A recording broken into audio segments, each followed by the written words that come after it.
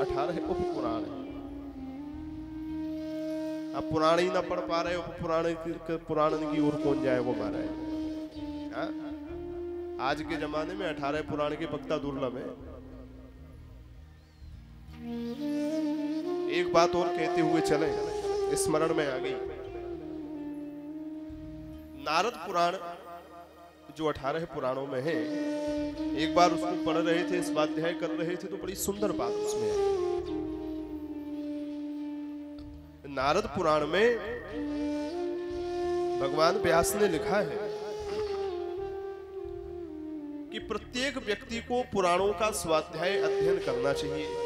प्रत्येक सनातनी जीव को, दुजाति को पुराण पढ़ने चाहिए। पुराण काहे के लिए बनाए हैं? स्त्रियों के लिए, शूद्रों के लिए, वैसे तो जीव मात्र के लिए है, पर विशेषकर स्त्रियों के लिए और शूद्रों के लिए बनाए, अधम लोगों के लिए बनाए हैं। अब आप लोग कहोगे महाराज जी हमको बात समझ में नहीं आई, तो कहां से आ जाएगी समझावे के लाने हम बैठे। बोलो राधे राधे। हमारे यहाँ जो चारों वेद हैं, ऋग यजुः साम अथर्व, ऋग्वेद, यजुर्वेद, सामवेद, अथर्ववेद, ये चारों वेद सभी लोग नहीं पढ़ सकते। वेदों को पढ़ने के लिए मेधा चाहिए, और वेदों को पढ़ने के लिए ब्राह्मण हो अथवा क्षत्रिय हो अथवा वैश्य हो, इन तीनों वर्णों में से कोई एक वर्ण चाहिए।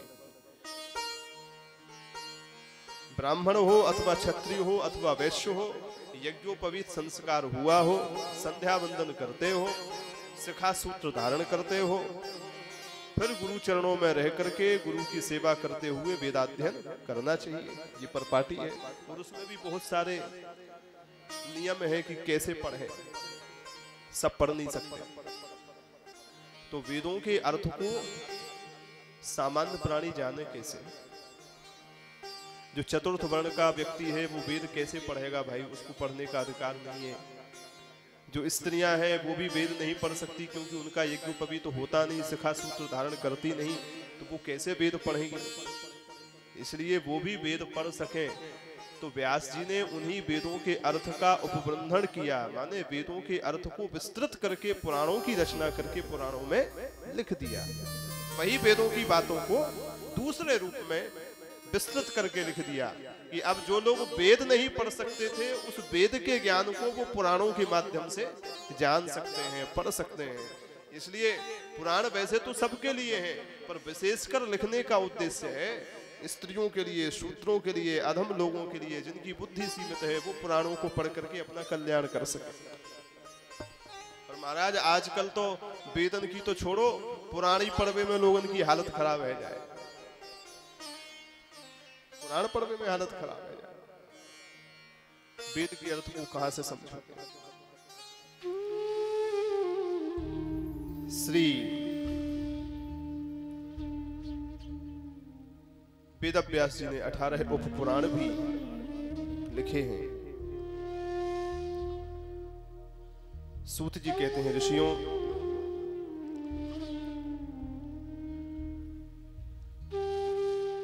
उन्हीं व्यास जी महाराज के द्वारा जब पुराणों का लेखन हुआ, तो भगवान वेदव्यास के मन में आया, हमने इतने पुराण तो लिख दिए, इसको पढ़ाएं किसको?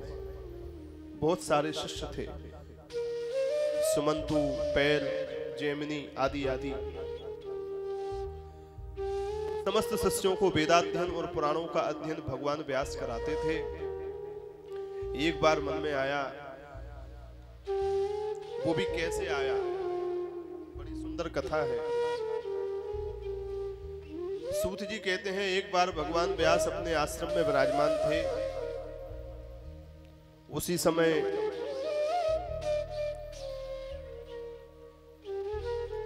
गोरैया, जानते हैं गोरैया पक्षी होता है, गोरैया, गोरैया पक्षी का जोड़ा आपस में खेल रहा था, क्रीड़ा कर रहा था, और उस पक्षी के जोड़े पर भगवान व्यास की दृष्टि पड़ी।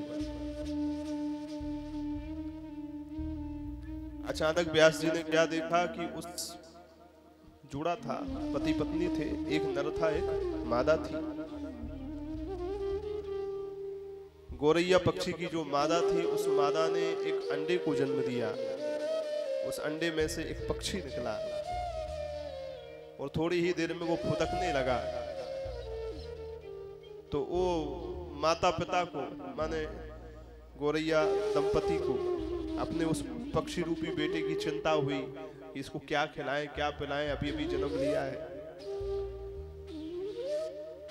तो पक्षी जो है जंगल में उड़ करके गए, कहीं से चोंच में दाना ढूंढ करके लाए और दाना चोंच में ढूंढ करके दबा करके लाए और अपने बच्चे को चोंच में रख करके चोंच से खिलाने लगे। यही पद्धति होती है उनके पालन पोषण करने की। व्यास जी ये दृश्य देख रहे थे। भगवान व्यास के मन में आया, राम राम, जरा विचार करो, ये पक्षी भी कितने वात्सल्यमय होते हैं। इनके पास रहने की खाने की कोई व्यवस्था नहीं है, पर फिर भी अभी अभी अपने बेटे को जन्म दिया है इन दोनों गोरैया पति पत्नी ने। तो देखो कैसे ढूंढ करके अपनी जान की बाजी लगा करके दाना ढूंढ करके चोंच में दबा करके लाए और इसको खिला रहे हैं। अब पता नहीं है कि ये पक्षी बड़ा होकर के क्या करेगा, माने ये जो बेटा है क्या करेगा नहीं पता, लेकिन इनका प्रेम देखो। गोरैया पक्षी के पुत्र को देख करके, उसके पुत्र जन्म को देख करके, लालन पालन को देख करके भगवान व्यास के मन में इच्छा हुई कि मेरे भी कोई बेटा नहीं है। बोलो राधे राधे। मेरे भी कोई बेटा होता, मेरे कोई संतान नहीं है। तो संतान प्राप्ति के उद्देश्य से विचार करने लगे, क्या करूं।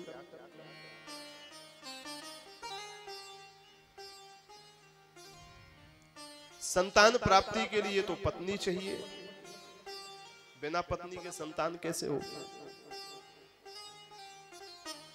हमने तो विवाह किया नहीं, व्यास जी कह रहे,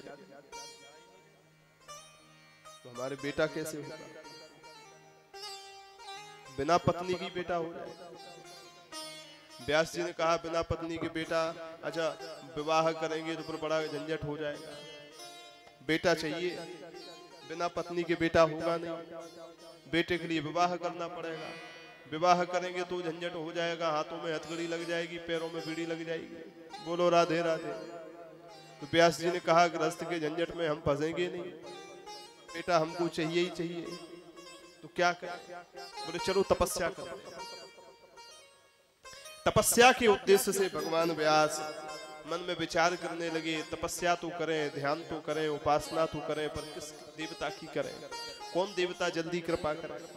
शंकर जी की करें कि गणेश जी की करें कि सूर्य नारायण की करें कि नारायण की करें, किसकी करें। ऐसा मन में विचार कर ही रहे थे कि अचानक उसी समय वीणा पर भगवान के नाम का गान करते हुए श्री नारद जी महाराज व्यास जी के पास में आ गए। और नारद जी के आने की पहचान क्या है, एक ही पहचान है, नारद जी आ गए।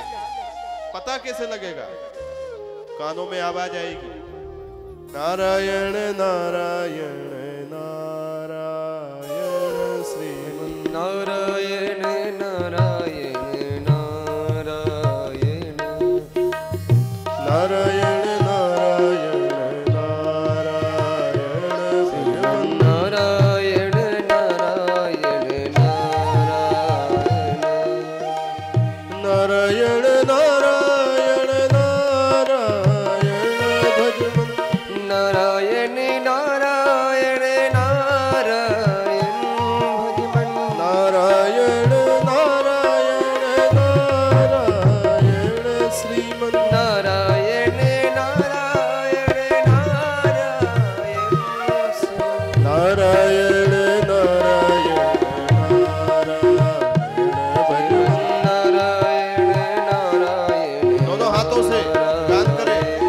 के पवित्र नाम का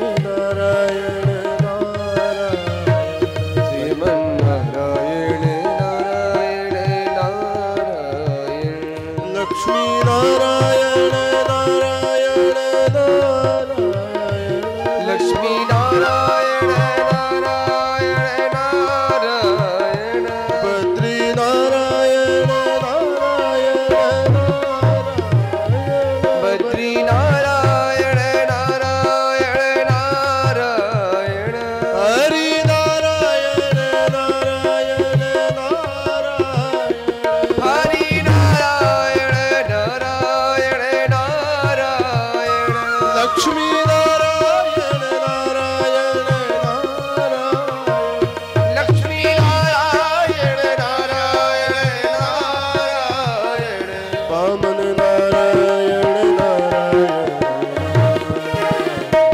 वामन नारायण नारायण नारायण नारायण नारायण नारायण भजन नारायण नारायण नारायण अजमन नारायण नारायण नारायण नारायण नारायण नारायण नारायण नारायण बोल लक्ष्मी नारायण भगवान की जय पीड़ा पाणी जिनके हाथों में वीणा है और वह वीणा भी नारद जी को भगवती ने दी है। बोलो राधे राधे। भगवती महालक्ष्मी के द्वारा प्रदत्त वीणा है श्री नारद जी के पास। वो नारद जी महाराज आ गए। नारद जी को जैसे ही व्यास जी ने देखा तो चिंता हुई और पूछा, महाराज आपके मुख को देख करके हमको चिंता हो रही है, चिंता क्यों कर रहे हो? व्यास जी ने सारी बात बता दी। महाराज छोरा की इच्छा है पर क्या करें, गृहस्थ हम है नहीं, पत्नी हमारे पास नहीं, तो बिना उसके बेटा कैसे होगा और गृहस्थ हम होंगे नहीं।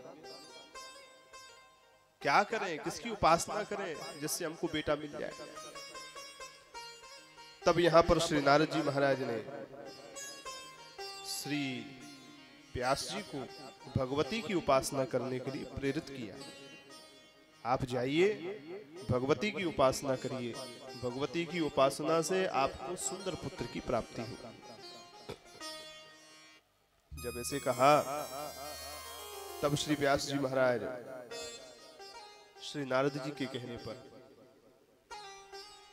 सुमेरु पर्वत पर तपस्या करने के लिए गए। कहाँ गए? सुमेरु पर्वत पर तपस्या करने। सुमेरु पर्वत पर जब तपस्या करने के लिए गए तो 100 वर्षों तक तपस्या करी। उनकी तपस्या से, उनकी जटाओं से इतना भयंकर तेज निकलने लगा महाराज, उस तेज से स्वर्ग तक जलने लगा। जटाओं में इतना तेज आ। इंद्र घबराए गए, दौड़ करके पितामह ब्रह्मा जी के पास में आए। ये किस लिए तपस्या कर रहे हैं भाई? इतना तेज जटाओं में ही भर गया कि हमारा स्वर्ग छीन लेंगे क्या? ब्रह्मा जी ने कहा, घबराओ मत, पुत्र प्राप्ति की इच्छा से भगवती की उपासना कर रहे हैं, सब बढ़िया होगा, तुमको कोई खतरा नहीं है, आनंद करो। बोलो राधे राधे। और इधर जब 100 वर्षों की तपस्या पूर्ण होने को आई तो साक्षात भगवान शंकर भगवान व्यास के सामने प्रकट हो गए। बोल शंकर भगवान की जय। शंकर जी ने प्रकट होकर के कहा, अरे महात्मन, बड़ी दिव्य तपस्या करी है आपने, क्या इच्छा है बताओ। व्यास जी बोले, हमारे मन में तो बस एक ही इच्छा है प्रभु, कि सुंदर पुत्र की प्राप्ति हो गई, जो मेरे वंश को आगे बढ़ाए, आपका भजन करे, आपकी यश का गान करे, ऐसी इच्छा है। बोले बाबा ने प्रसन्न होकर के आशीर्वाद दिया, चिंता मत करो, आपको सुंदर पुत्र की प्राप्ति होगी, जो वेदज्ञ होगा, पुराणज्ञ होगा, तेजोमय होगा, सुंदर भगवान का ही अंश होगा। ऐसे सुंदर पुत्र की आपको प्राप्ति होगी, निश्चिंत होकर के जाइए, हम आशीर्वाद दे रहे हैं। इतना कहा, आशीर्वाद लेकर के तपस्या पूरी करके वेद व्यास जी सुमेरु पर्वत से नीचे आए, जहां रहते थे अपने आश्रम तरफ। आश्रम आ गए। महात्मा लोग अग्निहोत्र करते हैं। अग्निहोत्र माने यज्ञ। अग्निहोत्र के लिए अग्नि की आवश्यकता पड़ी तो अरणि मंथन के द्वारा अग्नि को प्रकट करने लगे। अरणि मंथन देखा है, यहां भी संभवतः हुआ होगा। बड़े बड़े यज्ञों में एक अरणि मंथन का एक यंत्र होता है। जैसे माताएं लोग मठा भाती है ना रस्सी से, ऐसे ही उस यंत्र पर लकड़ी को रख करके रस्सी से चारों ओर से पकड़ करके ऐसे ऐसे घर घर करके लकड़ी से लकड़ी जब टकरा करके जब घर्षण होता है तो अग्नि प्रादुर्भूत हो जाती, प्रकट हो जाती, और उसी को कुंड में रख करके यज्ञ किया जाता है। वही भगवान व्यास अग्निहोत्र के लिए घर्षण कर रहे थे अग्नि का।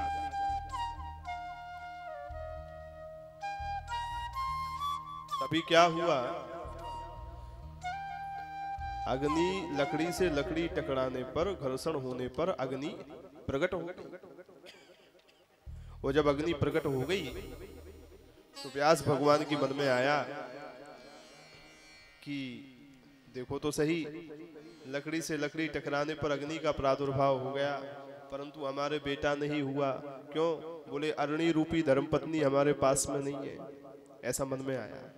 जैसे अरणि के रखने से अग्नि का प्राकट्य हो गया, ऐसे ही मेरे पास धर्मपत्नी होती तो छोरा है जातो।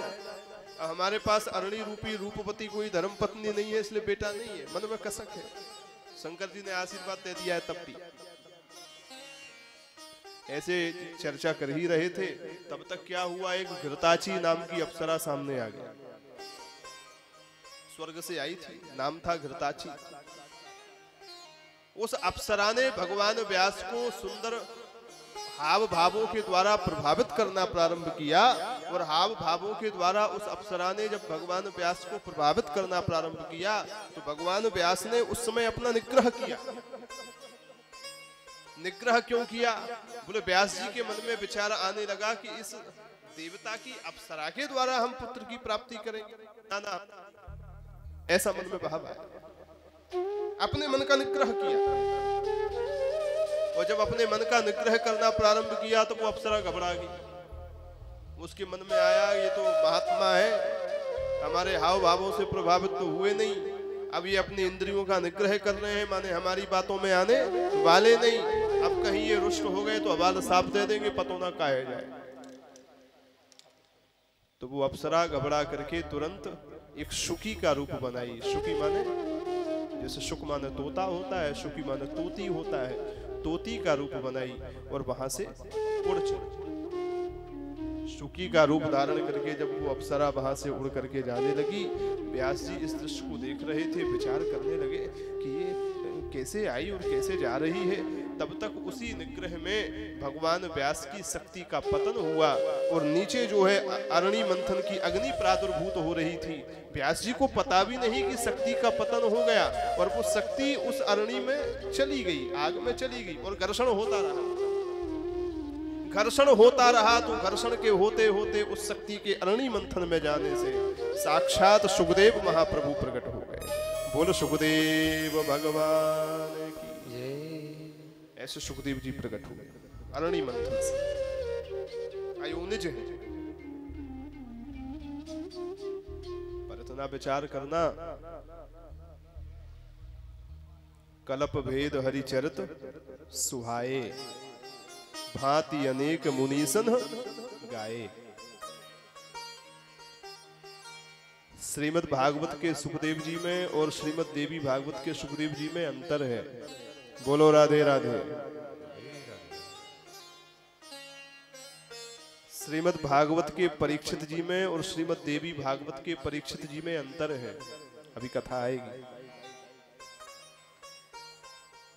श्रीमद् भागवत के जो सुखदेव हैं, जो राजा परीक्षित को कथा सुना रहे हैं गंगा जी के किनारे, वो परीक्षित जब उनको पता चला कि आज से 7वें दिन हमारा तक्षक नाग के काटने से शरीर नष्ट हो जाएगा, ये शरीर मर जाएगा। तो वैराग्य को धारण करके अपने पुत्र जन्मेजय को सत्ता का भार सौंप करके वो परीक्षित जी सीधे प्रायोपवेशन व्रत लेकर के गंगा जी के किनारे सुखतीर्थ में चले गए, पट वृक्ष के किनारे। तो वहां सुखदेव जी ने उनको 7 दिन बिना खाए बिना पिए लगातार भागवत कथा का श्रवण कराया। वो परीक्षित जी वो है, भागवत के परीक्षित। और भागवत के श्रीमद् भागवत के जो सुखदेव हैं वो कैसे हैं? बोले श्रीमद् भागवत के सुखदेव ऐसे हैं कि साक्षात राधा रानी के द्वारा लालित पालित हैं गोलोक के। गाढ़ानुराग भर निर्भर भंगुराया, गाढ़ अनुराग, गाढ़ानुराग। ब्रज के आचार्य कहते हैं, भगवत पाद श्री जीव गोस्वामी पाद कहते हैं गाढ़ानुराग श्री राधा रानी के लालित पालित है। श्री किशोरी राधा रानी अपने उन सुखदेव से, जैसे हम लोग पिंजरे में पक्षी पालते हैं ऐसी राधा रानी के पालित है। अत्यंत गाढ़ अनुराग से उनको प्रेम करती हैं और श्री कृष्ण यश का श्रवण कराती हैं। हाथ में लाल लाल अनार के रस भरे दानों को भर करके सुखदेव जी को, अपने लालित पालित सुख को राधा रानी अपने हाथों से अनार के दानों को खिलाती हैं। सुखदेव जी अपनी चंचू से किशोरी जी के कर कमल में अनार के रस भरे लाल लाल दानों को खा करके तृप्त होते हैं और कानों से किशोरी जी के मुख से सुंदर श्री कृष्ण यश का श्रवण करते हैं। और उन्हीं की आज्ञा से वही सुखदेव शंकर जी के द्वारा अमर कथा सुन करके कैलाश पर्वत से प्रकट होकर के व्यास जी के पुत्र के रूप में आते हैं और परीक्षित जी को कथा सुनाते हैं। वो सुखदेव अलग है और ये श्रीमद् देवी भागवत के सुखदेव जो अभी अभी उत्पन्न हो रहे हैं, ये सुखदेव अलग है। श्रीमद् भागवत के जो परीक्षित हैं उनको जब शाप का पता चला तो सब छोड़ करके चले जाते हैं गंगा जी के किनारे कथा सुनने। पर श्रीमद् देवी भागवत के जो परीक्षित